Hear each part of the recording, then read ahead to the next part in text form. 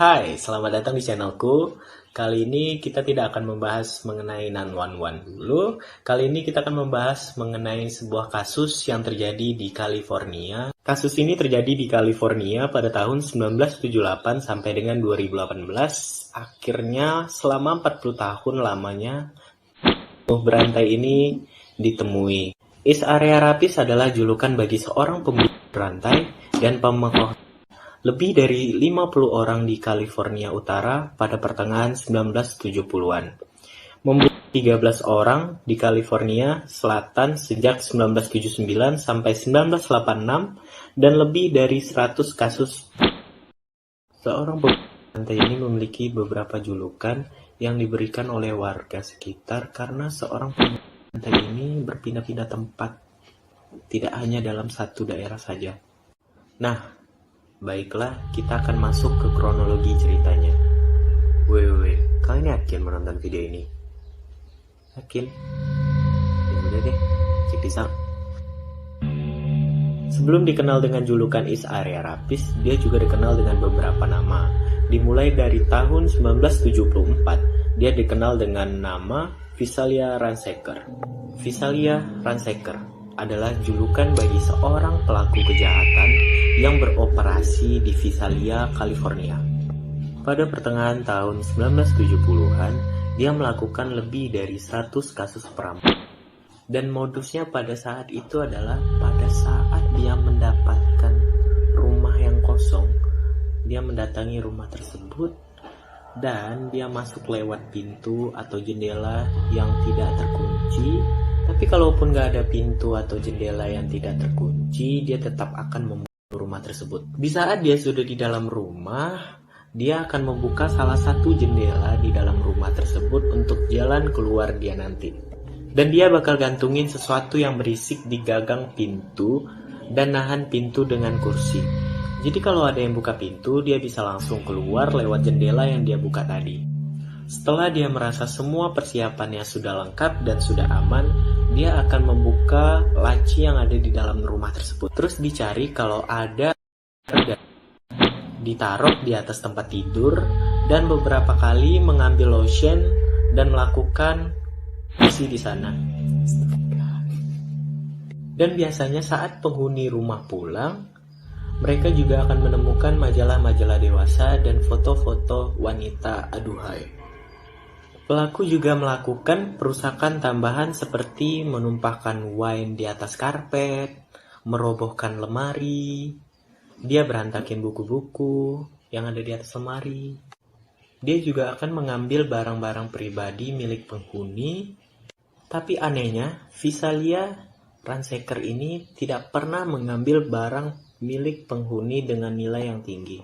Dia hanya mengambil barang-barang pribadi yang mungkin tidak tinggi nilainya seperti celengan, barang rongsokan, perhiasan yang kecil-kecil seperti cincin, anting. Tapi anehnya dia tidak pernah mengambil anting yang sepasang. Contohnya dia hanya mengambil anting yang sebelah kiri doang ataupun sebelah kanan doang. Gak pernah sepasang. Dari semua ini polisi menyimpulkan bahwa motif dari pelaku bukan ingin merampok ataupun mengambil uang yang banyak, apalagi bukti sebelum membobol rumah, pelaku akan memantau terlebih dahulu berhari-hari sebelum akhirnya dia masuk, dan kebanyakan dia memilih keluarga yang memiliki remaja perempuan. Pada 11 September 1975, Visalia Ransacker ini tambah menjadi-jadi ketika dia menculik seorang gadis berumur 16 tahun yang bernama Elizabeth Snelling yang telah dibuntuti selama berbulan-bulan.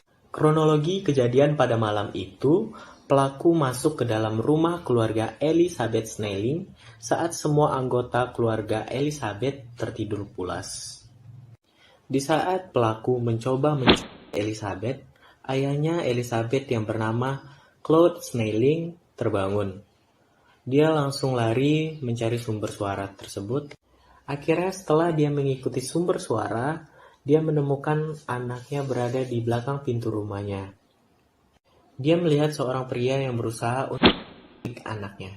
Pelaku panik lalu menembak banyak 2 kali ke arah Cloud dan pergi meninggalkan tempat kejadian. Akhirnya Elizabeth selamat, tetapi sayangnya ayahnya tidak dapat diselamatkan pada esok harinya. Setelah kejadian tersebut, Elizabeth berkali-kali diinterogasi oleh kepolisian Visalia untuk mengetahui ciri-ciri dari pelaku. Dan dari keterangan dari Elizabeth, pelaku ini berkulit putih, tinggi sekitar 170-175 cm, umurnya sekitar 20-an akhir, dan badannya standar tidak terlalu berotot, matanya merah, tangannya kuat, suaranya berat dan serak. Pelaku menggunakan topeng ski yang bolong di bagian mata dan hidung, pakai baju warna gelap, sepatu bergicit saat berjalan, jadi kemungkinan itu adalah sepatu tenis. Berdasarkan warna alis dan bulu di tangannya, pelaku memiliki rambut berwarna pirang atau coklat terang. Walaupun pada saat itu polisi mulai mencari pelaku ini tidak mundur melainkan makin agresif. Bahkan ia menelpon calon korbannya dan memberikan pesan-pesan yang menyeramkan. Nah, berdasarkan dari rekaman kepolisian, salah satu korban merekam panggilan dari pelaku yang menyeramkan ini. Mari kita dengar rekaman tersebut. 1, 2, 3.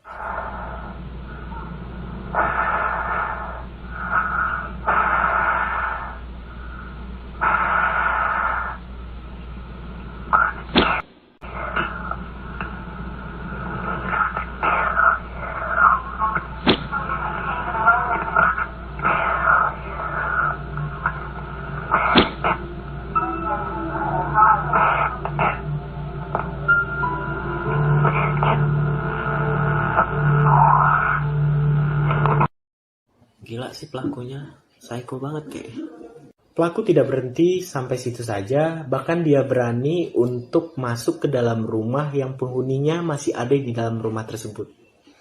Jadi pada Desember 1975, ada seorang penghuni rumah yang memperhatikan ada jejak sepatu kelihatan masih baru di bawah jendela kamar anaknya.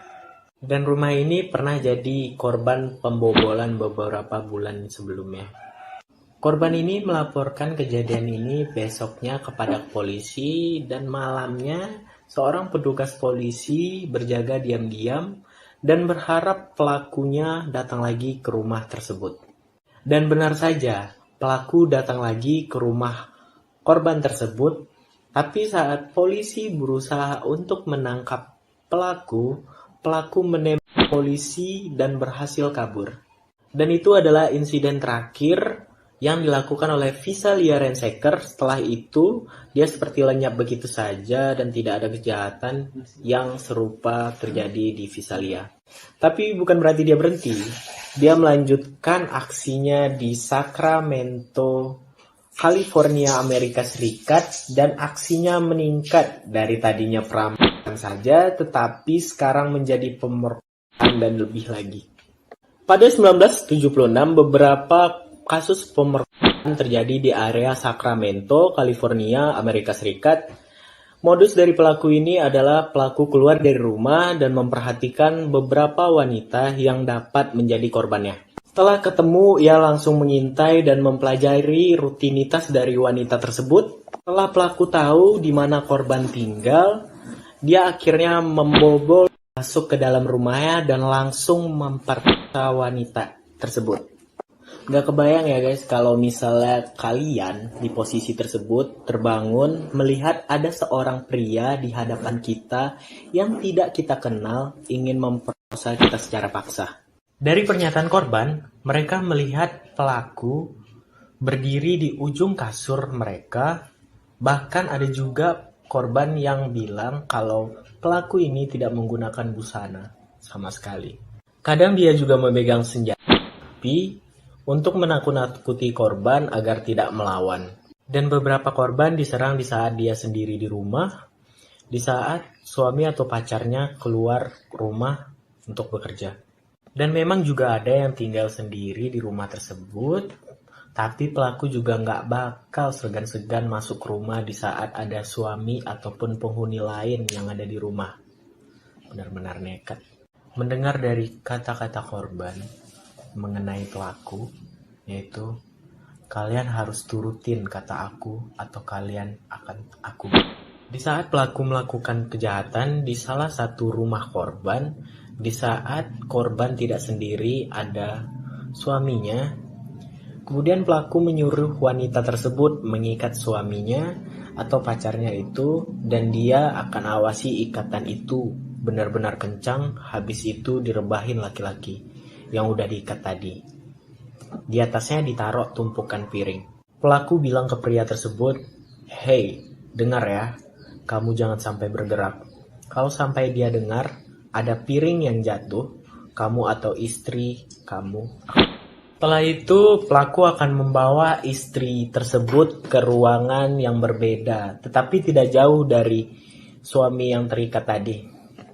Dan setelah itu, dia akan istri dari suami tadi itu di ruangan lain.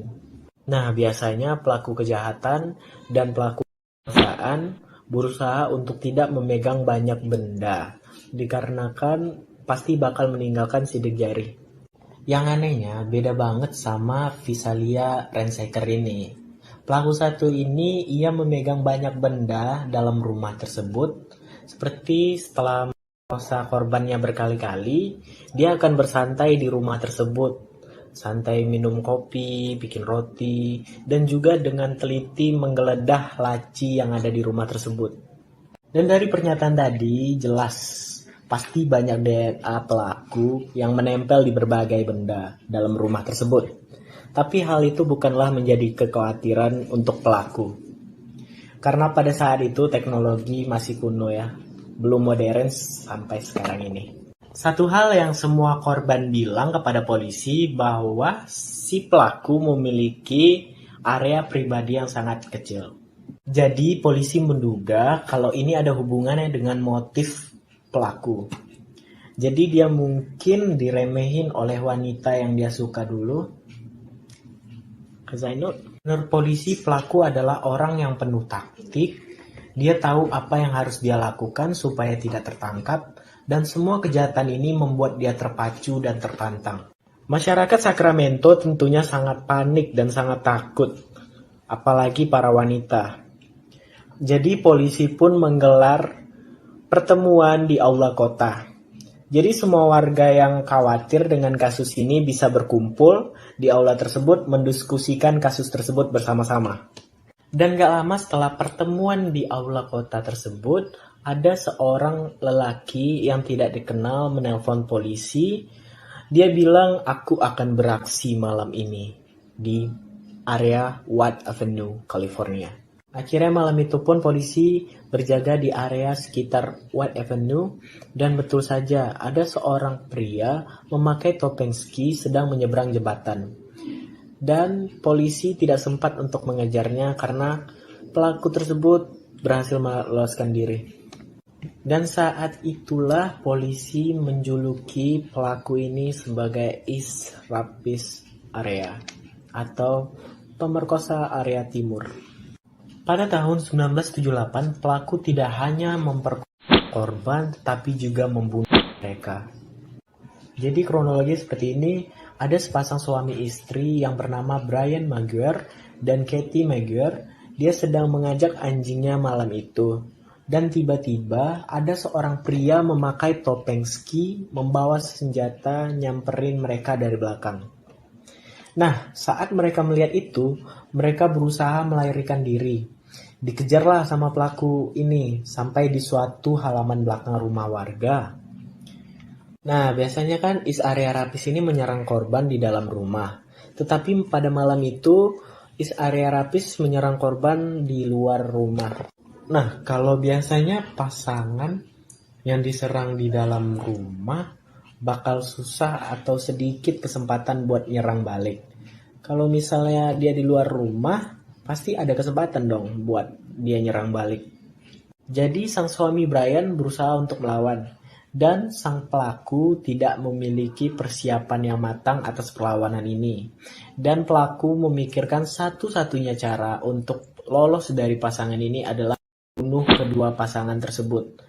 Dan akhirnya dia memutuskan buat pasangan ini hingga tewas. Setelah itu dia melarikan diri.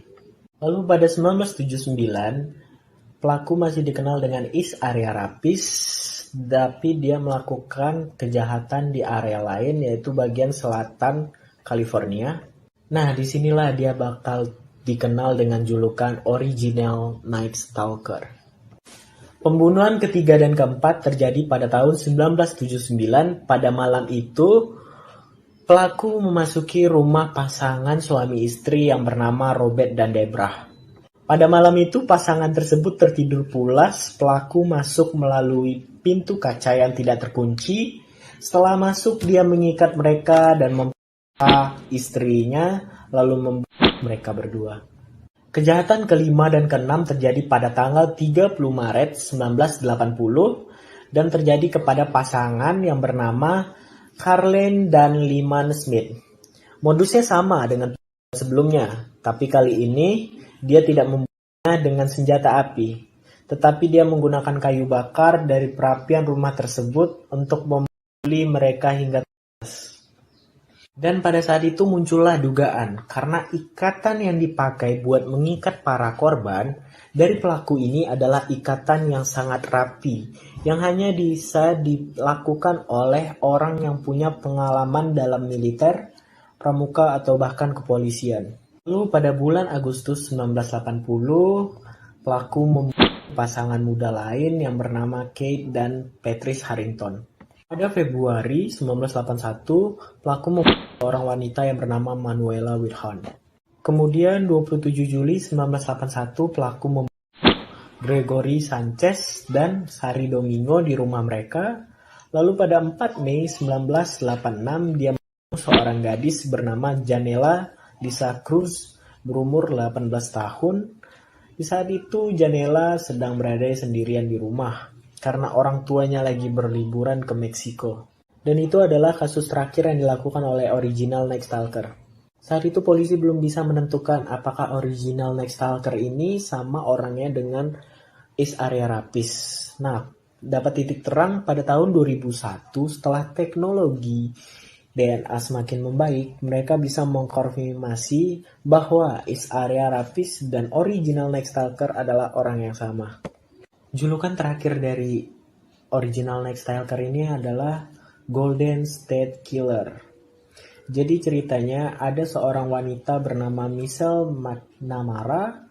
Dia itu sangat tertarik atau terobsesi dengan kasus ini. Dia berkomunikasi dengan korban, dia membantu, dia berusaha sebaik mungkin karena dia pengen banget tahu siapa si pelakunya. Setelah bertahun-tahun, pada tahun 2016, polisi merilis sketsa pelaku dengan imbalan $50 juta kalau ada yang bisa menemukan pelaku tersebut. Nah, di tahun 2016 ini pastinya teknologi jauh lebih baik. Terus ada juga website untuk mengecek DNA yang bisa diakses publik yang bernama GetMatch. Polisi pun memasukkan DNA milik pelaku ke website tersebut untuk dicek. Akhirnya website tersebut memperlihatkan ada 20 orang pria yang kemungkinan besar adalah pelaku. Mereka terus mempersempit lagi dan lagi sampai akhirnya tinggal satu tersangka, yaitu seorang pria bernama Joseph James DeAngelo. Hal yang selanjutnya polisi lakukan adalah dengan melacak keberadaan Joseph James DeAngelo ini supaya mereka bisa mendapatkan DNA-nya dan bisa melakukan tes kecocokan mengkonfirmasi kalau Joseph James DeAngelo ini memanglah Golden State Killer. Polisi mengintai Angelo berhari-hari. Mereka menunggu Angelo untuk membuang sesuatu agar mereka bisa ambil sidik jari si Angelo ini lagi dari gagang pintu bekas yang dia pegang. Dan juga mendapatkan DNA dari tisu bekas dipakai dari Angelo, dari tong sampah setelah dites ternyata hasilnya cocok. Jadi dapat dipastikan dari hasil tes DNA tadi, Joseph James DeAngelo adalah Golden State Killer. Sebelum dilanjutkan, lebih baik kita mengetahui background dari Joseph James DeAngelo ini. Joseph James DeAngelo lahir pada tanggal 8 November 1945 di New York, Amerika Serikat. Saat muda dia pindah ke California dan pada tahun 1964 dia bergabung dengan Angkatan Laut Amerika Serikat dan dia juga sempat 2 tahun di Vietnam. Setelah keluar dari Angkatan Laut, dia berkuliah dan dia dikenal sebagai mahasiswa yang sangat pintar dan lulus dengan tanda kehormatan. Pada tahun 1971, dia berkuliah di Universitas Sacramento dan mendapat gelar di bidang criminal justice. Pada tahun 1973 sampai 1976, dia bekerja di kepolisian bagian perampokan. Gila, berarti benar ya dia punya background di kepolisian ataupun militer. Dia juga seorang petugas kepolisian di Auburn, California pada tahun 1976 sampai 1979, tapi karirnya di kepolisian itu berakhir di tahun 1979 karena dia ketahuan mencuri palu dan penjinaan. Pas ketahuan pun bukannya minta maaf, tapi dia malah mengundurkan diri. Kayaknya takut ditanya untuk apa kamu ambil barang-barang itu. Dia takut kalau diinvestigasi lebih lanjut mungkin. Mungkin ini bisa jawab pertanyaan polisi tadi, kenapa si Angelo mencuri palu dan penjinak anjing? Mungkin karena di tiap rumah ini banyak anjing penjaga, pasti bakal berisik. Jadi dia curilah biar nggak berisik di saat melakukan kejahatan. Lalu pada tahun 1980, Angelo menikahi seorang wanita yang bernama Sharon Mary Huddle, berprofesi sebagai pengacara. Mereka membeli rumah di Citrus Heights, California. Mereka mempunyai 3 orang anak perempuan dari pernikahan tersebut, tapi sayangnya di tahun 1991 mereka bercerai. Selama 27 tahun, dari tahun 1990 sampai 2017, dia bekerja sebagai mekanik truk sampai akhirnya dia pensiun di tahun 2017. Ciri-ciri Angelo sama juga dengan deskripsi yang telah dipaparkan oleh korban terkait pelaku. Menurut teman-teman dan keluarga Angelo ini sangat pemarah dan temperamen banget. Tetapi teman-temannya dan keluarganya tidak habis pikir kalau Angelo ini adalah seorang kriminal, apalagi Golden State Killer. 24 April 2018, polisi menangkap Angelo ini. Mereka menuntut Angelo dengan dakwaan 8 pembunuhan tingkat 1, tapi sayangnya polisi tidak bisa menuntut Angelo karena kasus atau pembobolan yang dilakukan, karena katanya kasus ini sudah lama atau sudah tidak bisa lagi kadaluarsa. Jasa penuntut mengincar hukuman yang paling berat untuk Angelo, yaitu hukuman mati, tapi pada tanggal 29 Juni 2020 Angelo ini sangat pintar. Dia mengakui bersalah atas 3 pembunuhan dan 13 penculikan untuk menghindari hukuman mati. Sampai saat ini persidangan masih berjalan, katanya bakal berlangsung lama, setidaknya 10 tahun. Ya kita nggak tahu ya, kalau kakak Angelo ini belum tentu bisa melihat akhir persidangannya karena umur kakek ini udah tua banget. Lahir 1945, sekarang 2022, udah 77 tahun. Dan diperkiraan dari persidangan ini bakal menghabiskan biaya sekitar 20 juta dolar. Kasus ini sampai diangkat menjadi film dari buku yang ditulis oleh Michelle McNamara yang tadi itu berjudul I Will Be Gone in the Dark. James DeAngelo has been called a lot of things by law enforcement. He's been called the East Side Rapist. He's been called the Visalia Ransacker, the original Night Stalker, and the Golden State Killer. Today, it's our pleasure to call him defendant. I've listened to all your statements, each one of them.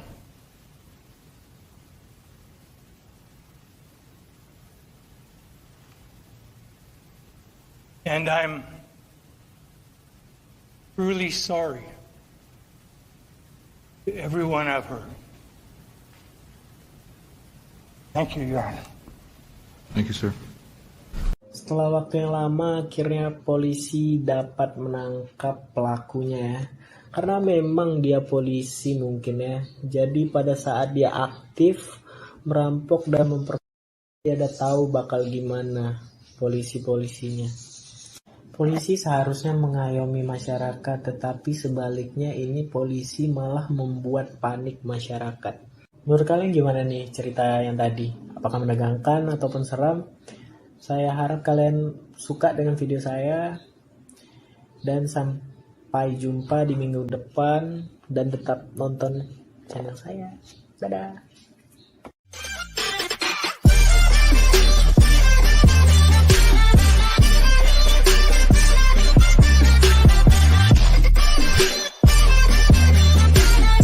Dan dari situ pasti setelah ketemu, ia langsung mengintai dan mempelajari rutinitas dari wanita tersebut. Allahumma barik lana ayam.